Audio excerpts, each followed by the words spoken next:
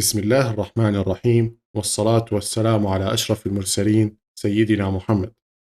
موضوعنا اليوم بدنا نطبق كل خصائص الفليكس بإكزامبل، أو خلينا نحكي بشكل أصح، هي لعبة حلوة اسمها فليكس بوكس فروجي. راح تلاقي لينك اللعبة في الديسكريبشن. هنراجع فيها كل الخصائص اللي علمتك إياها أنا في المحاضرات السابقة. مبدئيا هذا الموقع بيدعم عدة لغات، فهنروح على السيتنج ونختار اللغة العربية. أول إشي بيحكي لك أهلا بك في فروجي فليكس بوكس. ساعد فروجي على طريقة كتابة الكود CSS. انقل الضفدع إلى الورقة الزابق، هاي ورقة الزابق التي على اليمين، باستخدام خاصية Justify Content، والتي تحاذي العناصر أفقيا. يعني إحنا هسا ديسبلاي الفليكس الديفولت إلها رو. لما يقول لك أفقيا قصده هون المين أكسيوس. بيحكي لك في عندك فليكس ستارت، فليكس اند، سنتر، سبيس بتوين، سبيس اراوند، وهدول كلهم احنا شرحناهم. بيقول لك هسه هون ديسبلاي فليكس، انا عشان انقلها هون على اليمين. برافو عليك. جاستيفاي كونتنت، بعدين نقطة الرئيسيتين، وبحكي له هون فليكس اند. مباشرة انتقل الضفدع وين؟ على ورقة الزئبق اللي على اليمين. قام يتفاعل معك، معناته انت حليت الاختبار بشكل صحيح. اكبس على التالي. خلينا نشوف السؤال الثاني.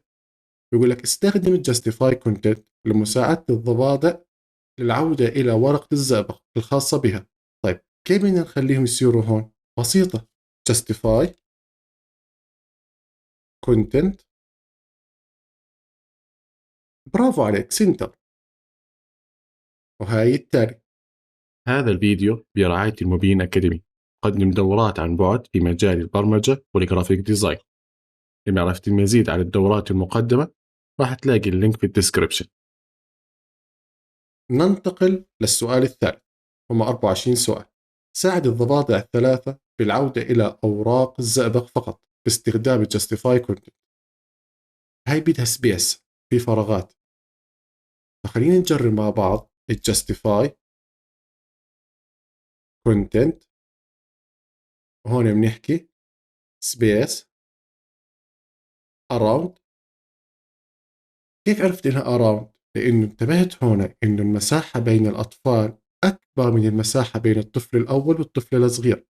معناته انه هو مثلا لو كان 20، هون راح ياخذ 10، هون راح ياخذ 10.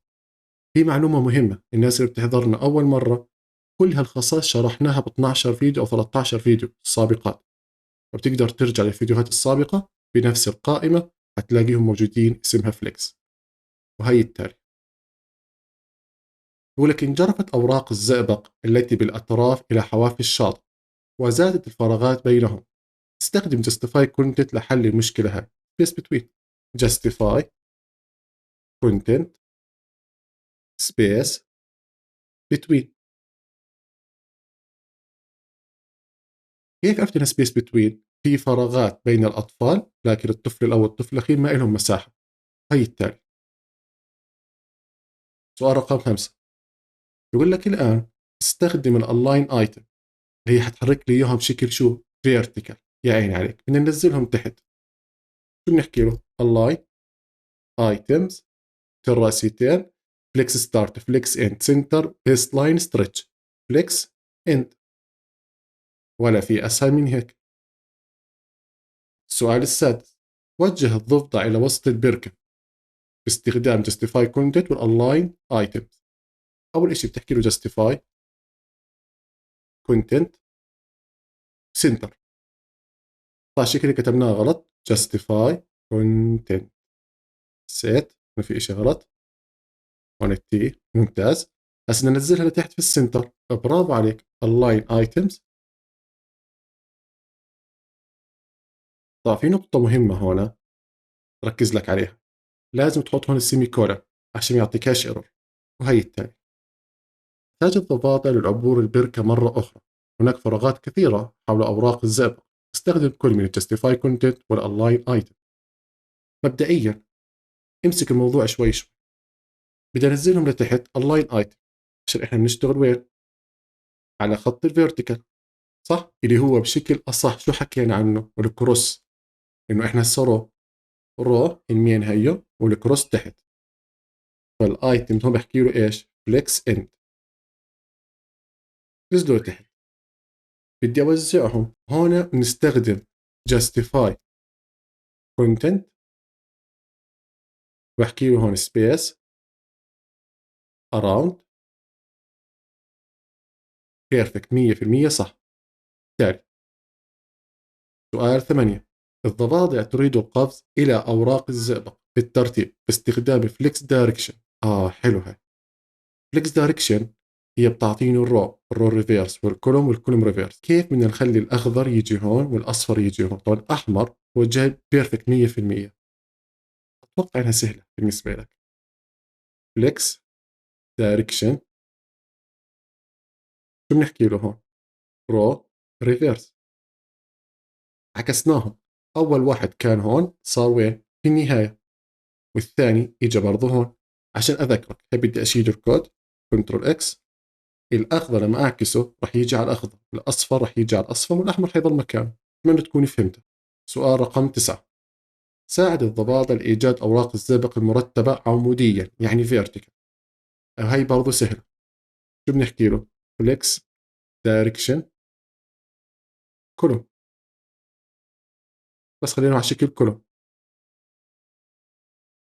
سؤال 10، ساعد الضفادع بالوصول إلى الأوراق الزئبق الخاصة بها. على الرغم من أنها تبدو قريبة، إلا أنك ستستخدم كل من الفليكس دايركشن والجستيفاي كونتنت لإيصالهم لأماكنهم.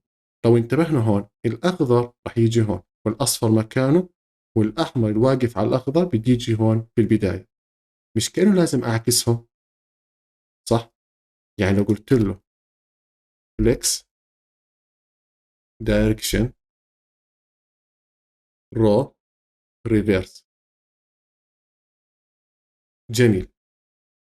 بعد هيك بدي أخليهم في البداية، بس هون في شغلة بدي أحكي لك إياها. هتستخدم الجاستيفاي كونتنت.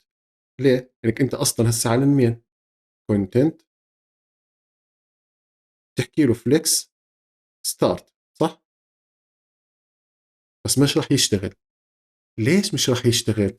في ملاحظة بحكي لك إياها. لاحظ عند تعيين الاتجاه إلى الصف أو العمود معكوس زي ما سوينا، يتم عكس البداية والنهاية. يعني لما قلت له رو ريفيرس، صارت هسه البداية من هون وهاي النهاية.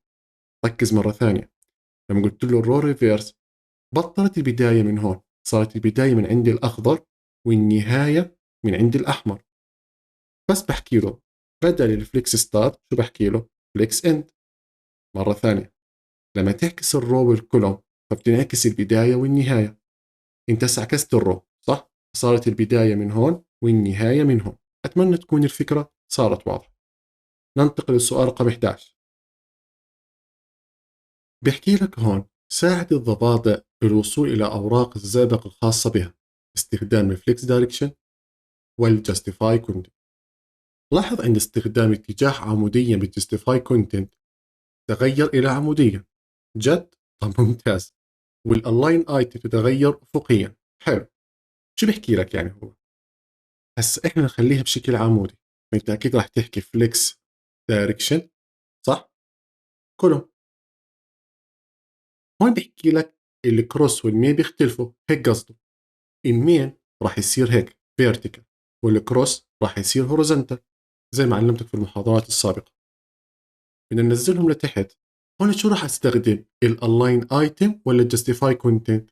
ركز انه تغير المين والكروس، فالمين صار تحت هيك فيرتيكال، معناته جستيفاي، لانه الاشي الوحيد اللي بيأثر على المين هو الجستيفاي. فبحكي له هون الجستيفاي كونتنت، هون بحكي له فليكس اند. كتبنا اشي غلط هسه بحلها. يس، الكونتنت بدل اي او. ممتاز، هيك احنا حلينا السؤال. سؤال رقم 12، ساعد الضفادع لإيجاد أوراق الزئبق باستخدام فليكس دايركشن والجستيفاي كونتنت. أول إشي بدي أخليهم كلهم، بدي أحكي له فليكس دايركشن كولوم، هي بنزلوا لتحت. بعد هيك راح استخدم الجستيفاي كونتنت وهون بدنا نكتب سبيس بتوين. لكن في عندنا مشكلة هون. ليه ما اشتغلوا؟ انتبهت انه الاحمر لازم يكون فوق والاخضر تحت، يعني كلهم ريفيرس. يا عيني عليك، ريفيرس. هيك حلينا المشكلة. السؤال الثاني: ساعد الضفادع لإيجاد الأوراق الزئبق باستخدام Justify Content Reflect Direction والألاين Item. مبدئيا بدي أنزلهم لتحت، تحكي له Align Items ونحرف الآي، بدنا نحكي له Flex End، صح؟ نزلناهم تحت. Justify Content تخليهم في المنتصف، Content هاي سنتر. ممتاز. لكن شو انتبهنا؟ إنه الأخضر بده يجي هون والأحمر بده يجي هون، ولا أسهل منها. Flex Direction، شو بنحكي له هون؟ سوري، رو ريفيرس، بس اعكسهم. هيك بنكون حلينا السؤال. ننتقل للسؤال اللي بعديه. المفروض انه يكون مواضيع جدا بسيطة بالنسبة لك، انه احنا درسنا كل حكي بالتفصيل التفصيل. نيجي هسه لخاصية الاوردر. بعض الاحيان بيكون عكس الاتجاه الصف او العمود للحاوية غير كافي كيلك، يعني ممكن تعمل ريفيرس للرو للكولوم بس ما يساعدك في حل المشكلة. في هذه الحالات يمكننا استخدام خاصية الاوردر على العنصر بمفردها. يعني تمسك ضفدع ضفدع، افتراضيا العنصر تحمل قيمة زيرو، يعني الأوردر 000. يمكنك استخدام هذه الخاصية لتغيير القيم رقم موجب أو سالب. ممكن تعطي موجب، ممكن تعطي سالب. طيب ايش نسوي؟ الأخضر واقف مكانه، أيوة. الأصفر بيجي آخر إشي. بحكي لك هسه ماسك أنا الضفدع اليلو، شو بتحكي له؟ أوردر، يا عيني عليك، أكبر رقم واحد. خلص، إنه هذا صفر صفر وهذا واحد رح يجي آخر إشي. سهلة صح؟ السؤال اللي بعده رقم 15: استخدم خاصية الأوردر لنقل الضفدع الأحمر إلى ورقة الزئبق الخاصة به. وين الأحمر؟ هيو. بدنا نخليه في البداية سالب، صح؟ مش كلهم صفر؟ أعطيه سالب. أوردر سالب واحد. خلص، إجا أول شيء. مش أسهل من هيك. السؤال اللي بعده: هناك خاصية أخرى يمكنك تنفيذها على العنصر منفردة، وهي الألاين سيلف. هذه الخاصية تقبل نفس القيم التي تقبلها الألاين آيتم. شايف اليلو؟ بدنا ننزله تحت. Align Self. حكينا السيلف هي بس تركز على مين؟ على الطفل. سيلف، وبحكي له هون ايش؟ فليكس اند، هي نفس القيم الخاصة في الالاين ايتمز. والتالي استخدم الاوردر مع الالاين سيلف لمساعدة الضفادع بالذهاب الى وجهتهم. طيب، مبدئيا اليلو هيهم الاصفر والاصفر بدي اخليهم اخر اشي عشان ينزلوا لتحت، فبعطيهم اوردر واحد. اوردر واحد. شفت الحركة كيف؟ الاخضر صفر صفر صفر، اما اليلو واحد واحد، فاجوا في النهاية. هسه شو بحكي له؟ اللاين سيلف، شو بحكي له؟ فليكس اند. يعني اتمنى تكون الافكار سهله. والتالي للاسف تم وضع جميع الضفادع على صف واحد من اوراق الزئبق. افصلهم باستخدام خاصيه فليكس راب التي تقبل القيم التاليه: نو راب، راب، راب ريفيرس. حلو، نخليها ايش هسه مبدئيا؟ فليكس راب، ونحكي له راب، يعني خليهم على اكثر من صف. حلو، مشكله انحلت لحالها. كانوا كلهم على صف واحد، خليتهم هسه ايش؟ راب. يا سلام. ساعد هذا الجيش من الضفادع للاصطفاف في 3 أعمدة منظمة باستخدام كل من الفليكس دايركشن والفليكس راب. أول شغلة أنا لقطها الكولوم، صح؟ فليكس، قال لك أعمدة، دايركشن، هون نحكي له كولوم. حلو، حط لي إياهم كلهم على صف واحد، موزعهم هسه فليكس راب، هون نحكي له راب. ممتاز. ثالث سؤال رقم 20: الخاصيتين اللي هم الفليكس دايركشن والفليكس راب يتم استخدامهم معا في كثرة، يعني بيستخدمهم كثير مع بعض. فعملوا لنا خاصية حلوة اسمها فليكس فلو لتدمجهم معا. حلو. لك على سبيل المثال فليكس فلو أول إشي بتكون للدايركشن بعدين للراب. بيقول لك نفس المثال سويته قبل شوي. حلو. فليكس فلو شو بنعمل؟ بدنا اياهم نخليهم كولوم بعدين نخليهم راب. يعني اول شيء حكينا فليكس دايركشن بعدين فليكس راب. والتالي سؤال رقم 21. تنتشر الضفادع في جميع أنحاء البركة لكن أوراق الزئبق محشورة في الأعلى.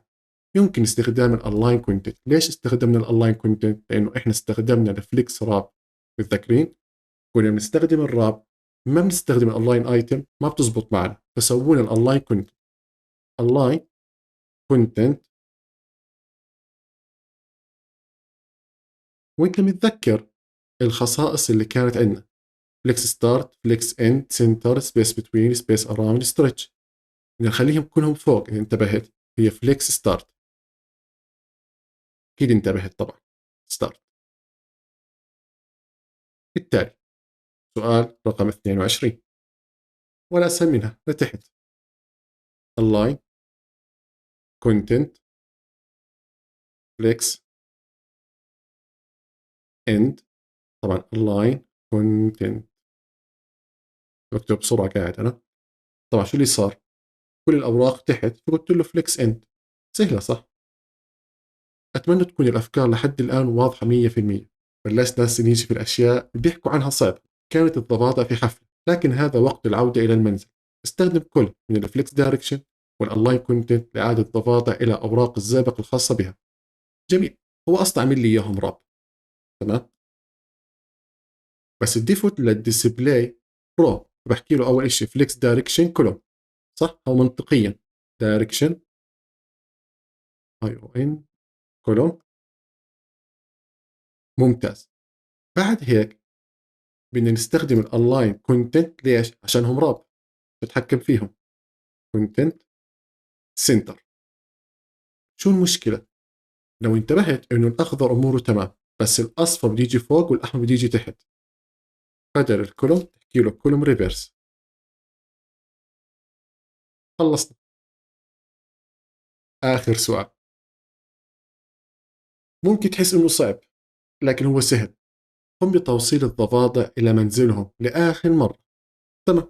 باستخدام خصائص السي اس التي تعلمتها. كل هدول. اول شغلة لو انتبهت هم عبارة عن راب. صح؟ كيف عرفت انه عبارة عن راب؟ انه عندي سطر وعندي سطر. فاول اشي بحكي له بدي استخدم الفليكس فلو. ليه بدي استخدم الفليكس فلو؟ لانه اكيد عندي اول اشي راح يكون كولوم. على اي اساس؟ هي كولوم كولوم. ممتاز. وكمان بدي احكي له الراب. هيها الفليكس راب انا اختصرته قبل شوي حكينا عنها الفليكس فلو. اول شيء بتحكي للدايركشن بعدين بتحكي للراب. جميل. بعد هيك شايف الكولوم بدي اعكسها. هو ليش بتعكسها طيب؟ أي أساس؟ الأخضر لازم يجي هون. أكيد حتقول له كولوم ريفيرس. ريفيرس. ما زبطت. طب هل في فايدة أصلا من الكولوم؟ هنشوف والله. الأخضر الأربعة وين؟ هي هون فوق مش تحت. فلازم نرفع الخضر لفوق. صح. هاي تكون ريفيرس. منطقيا صح. الأخضر يكونوا فوق. طب أعكس الراب. شي عندنا راب ريفيرس. والله صح. هسه المشكلة بتنحل. شو رأيك؟ كان الأخضر هون عكسنا الراب فصار الأخضر هسه وين؟ على اليمين. آخر تحدي عندنا هو الأصفر. طيب. align content. ليش align content؟ لأنه أصلا أنا شو في عندي؟ عندي رابط. برافو عليك. align content تعمل انت وهون بحكي له space between. جميل. آخر تحدي عندنا كيف نطلع الضفادع لفوق. هسا أنت اخترت كولوم صح؟ فالكولوم المين هي هون. مش هذا المين؟ هتقول لي هذا المين. وهيك الكروس. برافو عليك. طب استخدم justify content اللي بتأثر على مين؟ اللي بتأثر على المين. شفت كيف حليت الموضوع ببساطة؟ عشان لا تعقد الأمور على حالك سألت حالي سؤال، هذا كولوم، يس أنا مستخدم كولوم، مين بيأثر على المين؟ فيش غير justify content. شو بحكي له هون؟ justify content center. center. خلصنا التحدي. أتمنى كانت الأفكار واضحة وسهلة، وهيك نكون خلصنا الفليكس بشكل كامل. ما في داعي تحفظ أي خاصية، كل ما تحس حالك نسيت ترجع تمتحن حالك في هاي اللعبة. أتمنى كانت الأمور واضحة وسهلة، ونشوفكم إن شاء الله في آخر مستوى عندنا في اللي أوت وهو الجريد، ويعطيكم العافية.